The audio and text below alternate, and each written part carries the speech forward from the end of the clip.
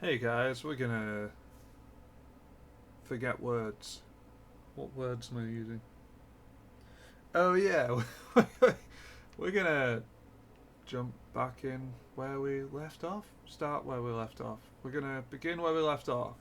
This is the fort. We all know where the fort is. If you haven't seen it already, go and watch that video. It's almost a good video. This was Mega Project number 1.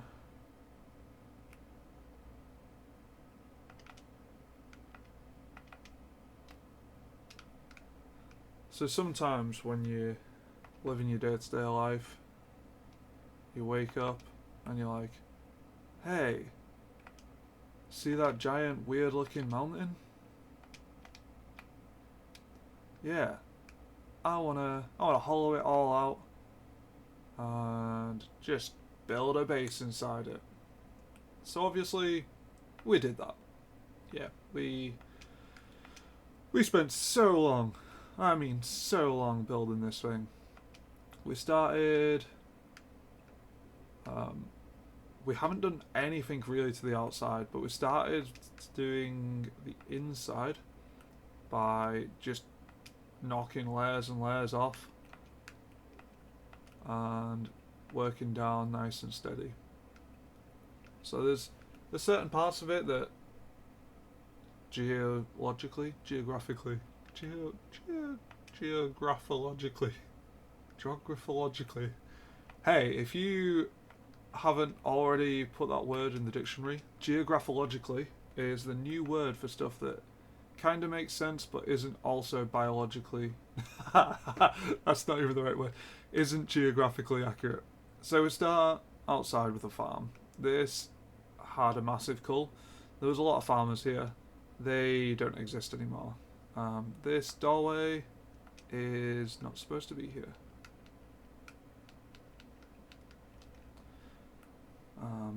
Yeah, so yeah, cool. So we've got a lot of trees out here. We tried to grow every different tree so that we had access to them while building the inside. Got a nice little hut on the outside, which is the house to the beacons, hence why I've got all those power-ups on the right. A very, very loosely terraformed front. So this was the project that I started, but just lost sight for it. And then we have the terraformed platform here. So we've got a few entrances. This entrance, nice and hidden. You can't tell it's there unless you know it's there. And the less subtle one. Now we had originally made this so the lava came from up here and it was a massive sheet.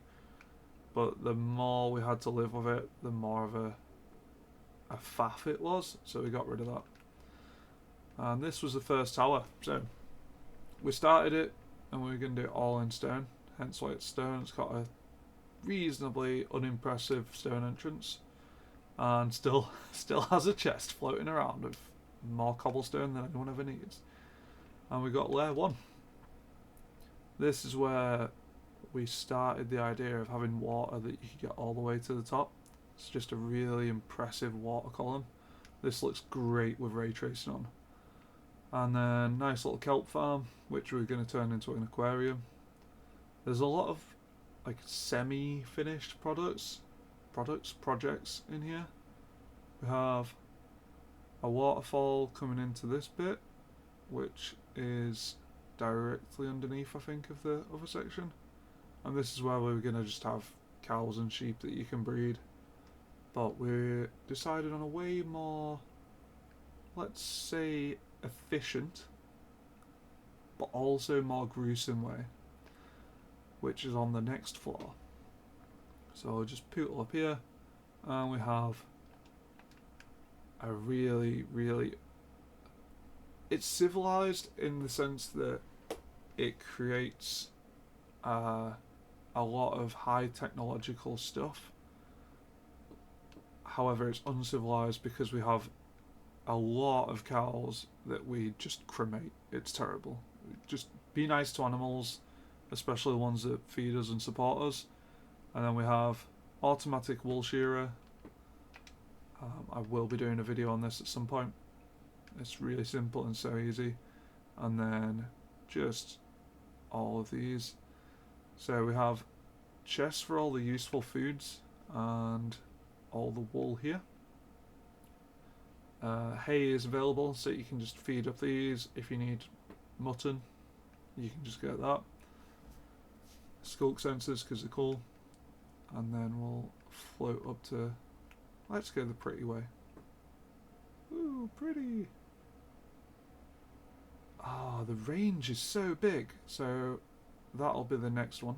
And that'll be the next one. So we just float up here.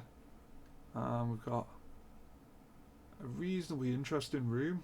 I think a lot of we call it the mountain, a lot of the mountain isn't necessarily functional. And a lot of it's quite empty. So we've got a lot of dead space that is like, we could fill all of this space with decor and make it really intricate. But would it just look too busy? So we've left a lot of it, but it's all there. Let's quickly go to the top layers with you. So going up there, that goes to the other side of the mountain, which this leads to as well. Little bedroom, random guy in the wardrobe.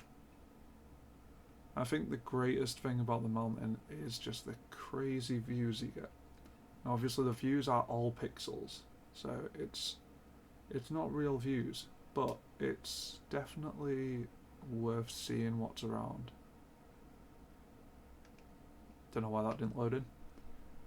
Like, you can just see for miles. So yeah, we'll head across this way. It's a bit of a labyrinth. Like, I know my way around, so I can kind of show it off reasonably well. Melon and pumpkin farm. Boring.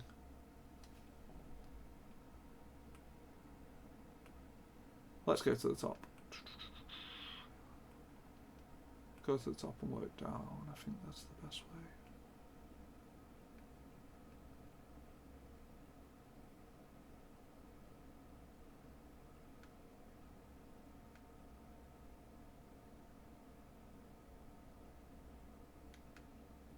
Cool.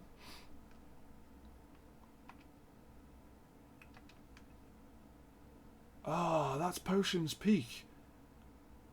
I don't normally play with my render distance this high. It's really cool to be able to see the other builds we've got. So this is what I call the mother sheep. That's snow.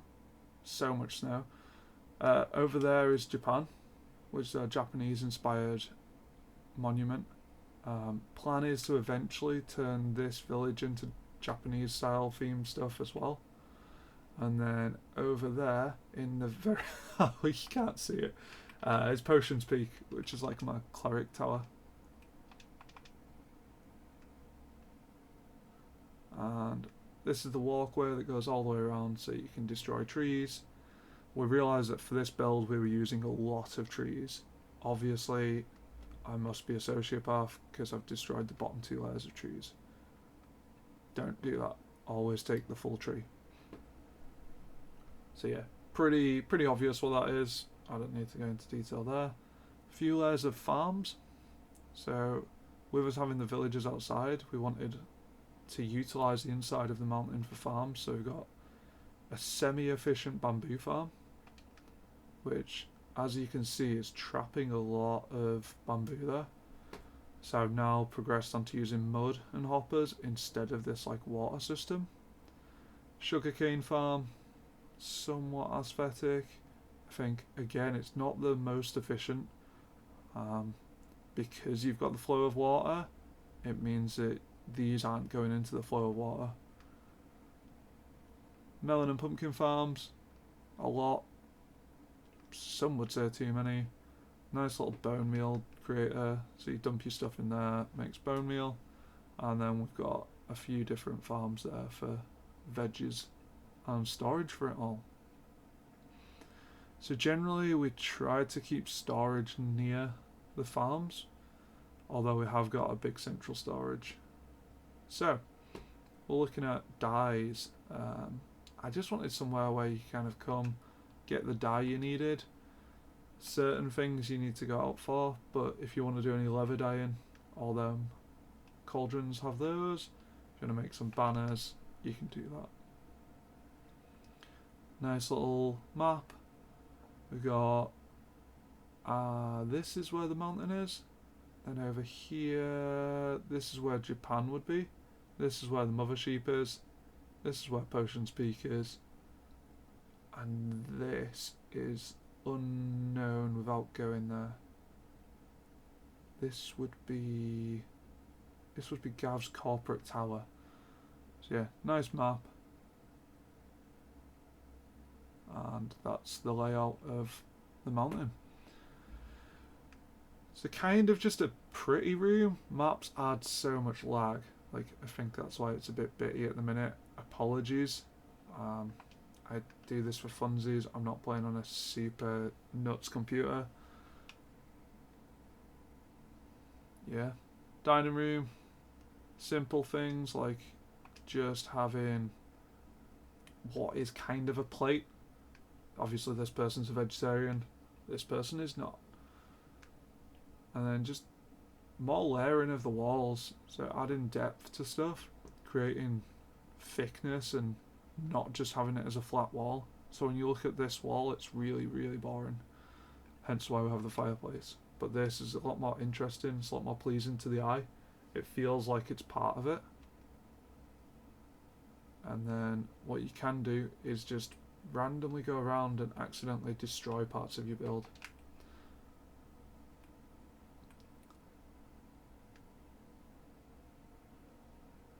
Again, a little bit of a library. This is like the enchanting room. So it's not a maximum efficiency enchanter because there's not many tables there. Bookshelves, there's not many bookshelves there. But that's that. And we'll head on down. Whoop.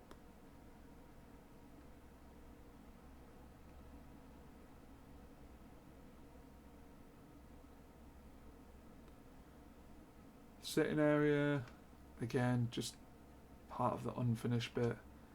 Kinda meant to feel like a posh settee, but it doesn't really. It just feels like a little block of wool. And then that takes us to the farms again. And we'll head down this way. I started to make a little area where we could get all of the armor trims. So these guys are demoing what armor trims are on these pieces of armor. And then the spare trims there. I have way more, but I just don't use this area like that anymore. A load of furnaces because we were going through so many materials that we were just finding ore and ore, and then a load of storage and the cauldrons. I cannot praise this setup enough. Dripstone into cauldrons just makes life easier when you need a source of something. What's over here? Grand staircase, a couple of other random bits, nothing exciting. Heading down this way. Again, just nice views. Nothing decorated around here, but nice views. And as we walk past so this is the efficient enchanting area. So this is actually practical. You can get level 30 stuff there. Storage of anything that you might need. And the jukebox with a load of discs. Top of the bamboo farm. We'll just quickly fix this. Nobody likes shoddy workmanship. And we've got, again, just crazy views out there. And moving down. Cactus farm. And the bamboo farm. So the bamboo and the cactus both automatically feed into these furnaces. The furnaces drop everything into the chest, which then gets thrown away. What it means is, because these are always running whenever we're here, if we ever need XP, let's just do that. If I break one, we can fix all of our tools. So a really easy way of getting XP without needing mobs. For a long time we were playing without mobs because they're just very, very inconvenient. There's not that much you actually need them for, and just nice to enjoy the kind of safety, as it were, of building. Iron farm, beautifully timed. So golems spawn in, they get killed, and then we get a chest full of iron and poppies.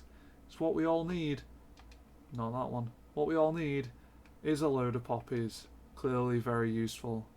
Now this area, I discovered that you actually, once your cats spawn, your iron golems spawn, or something peculiar happens where if you want iron golems to spawn in a village, you need the cats to have already spawned, otherwise they'll take priority. But yeah, that's the second entrance here, and then we go down into what is almost a hidden storage area. So this is a full auto sorter. Everything is automatically sorted into the bottom row of chests, except these things. So if I want to throw, none of these things are in the list. So yeah, we've got everything that we were using a lot of is sorted. Not everything is sorted. So there's a few other random chests, and again it's structure that makes sense to us. We've got some furnaces set up, random bits like this, all of our non-sortables here, and then just workstations and things. And then as we go up here, similar kind of setup. This is what we call the lab. So in here, like the one in the fort, you can sort out all of your redstone things, and then if you want to test something, you just take what you you just take what you need, build up your design, and then put it back in the sorter when you've finished it all. So yeah, really like the kind of fluorescent tube style strip lighting in here. Just feels right. Beacon room, nothing crazy, just a way of housing the beacons.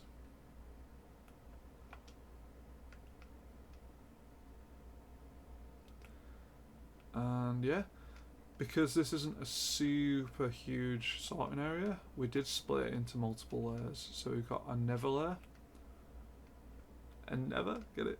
Never? No. So it sorts all of the stuff that you might get from the nether. So if there's anything that you're likely to get from the nether, or with ingredients from the nether, this will go into this room. So if you do a trip through the portal, you come back here, get sorted. And then again, the same for the ender. And this isn't currently set up as a sorter because we realise there's too many items that are like 16 stacks, not actually 64 stacks. So stuff like elytras, and then end pearls or ender eyes. I think it's the eye of ender. These also only stack. Oh yeah, end pearls as well. They're stacking 16s, and we didn't really use that much stuff from the end, so it was easier to just do it that way. Same with ocean monuments. So nice little fish tank to make it feel like you're underwater, and then everything you can get from underwater. So not quite as big, because I think a trip to the underwater is very specific. You normally go there when you actually want something, but it's worth just having that extra storage for things that we weren't actually using but had been on a trip for. And finally, this was going to be the ancient city one. So everything's themed. It kind of, I want it to feel like you're in those places, and then eventually, when this is done, that'll be hunky dory.